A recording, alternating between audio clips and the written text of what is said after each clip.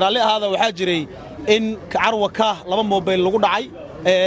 laba burcada ay mobile ku dhaceen waxa garabkayga soo istaagaya dhibanayaashii kamid ahaa dadkii carwada ka laga shaqeynay wiilkan yar waa wiilka carwada ka shaqeynay oo social media ka aragteen kaamirada fiidiyoga la wareejinayay waa wiilka masooradda uu ku qabtay eedaysanuhu oo dhaca u geystay maanta waxaan joognaa saldhigga booliiska degmada Hodan halkaas oo ku soo bandhigi doono howlgalkii sifaynta burcadda hubaysan ay indhawaaleehidba ka kacday caasimadda magaalada Muqdisho iyo howlgalladii ciidanka booliisku ay sameeyeen waxaan halkan idin soo wadaagi doonaa dhacdooyinka sequenceska sidii ay u dhaceen iyo mid walba natiijadeeda iyo cadeymaha aanu ka hayno 27 bishii June 2021 ayaa burcad wadata mooto bajaaj waxay zoona tarabuun dhac ugu geysteen muwaadin Soomaaliyeed muwaadinkaas oo ashtakadiisa ku soo gudbisaday telefoonka xiriirka baraha bulshada ciidanka booliiska oo isticmaalaan 991 ayaanu awood u yeelanay in ciidanka booliiska howlgal ay ka sameeyeen oo burcadii iyo ay cadeymihiiba gacanta lagu soo dhigay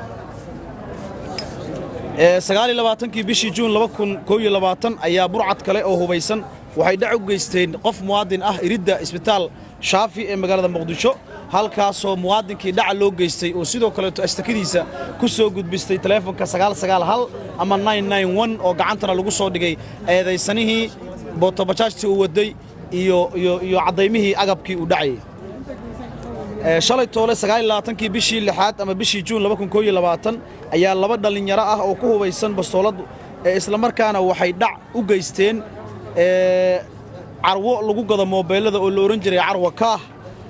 iyaga oo carwadaas ka qaatay agab telefoonno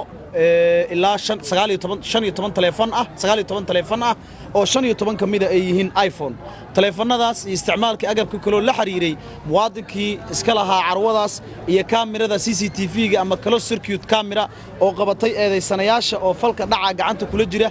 ayaa ku faafay baraha bulshada isla markaana la soo gaarsiiyay baraha ciidanka booliisku kula xiriiro dadweynaha iskaashi iyo dalab codsi iskaashi oo ka gudbisanay shacabka Soomaaliyeed ayaa noo fududeeyay in eedaysanayaashii aan gacanta ku soo dhigno waxa gacanta lagu hayaa hal eedaysane oo kamid ah eedaysanayaashii labada ahaa qaasatan eedaysanihii bastooladda u isticmaalay wiilkii dhibanaha ayaa gacanta lagu soo dhigay kan kaleetana saacadaha nagu soo foolay Ilaahay idinkiisaan oo kale ayaan ummadda u soo bandhigi doonaa gacanta lagu soo qaban doonaa isla maantay 30 June 2021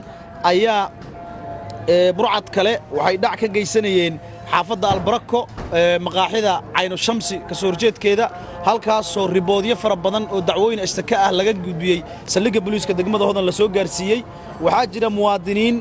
dhibanayaal ah oo tiradooda oo gaarayso 17 muwaadin oo kala sheeganaya ashtakooyin iyo dhac kala duwan oo la gaarsiiyay xilliyo kala duwan dhamaantood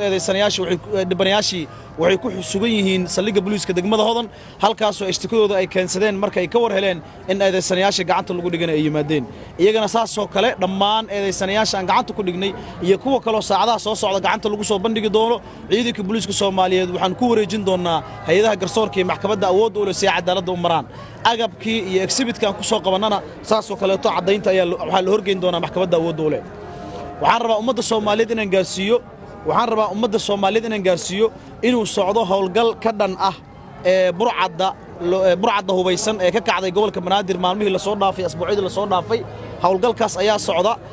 waxaana saacadaha soo socda insha Allah soo cirib tiri doonaa burcaddaas dhaca ummadda Soomaaliyeed u geysanayso walow reportka iyo diiwaanada saldhigyada la soo gaarsiiyay u badan yihiin in dadka targetka ah ee burcaddaas ay dhacday u badan yihiin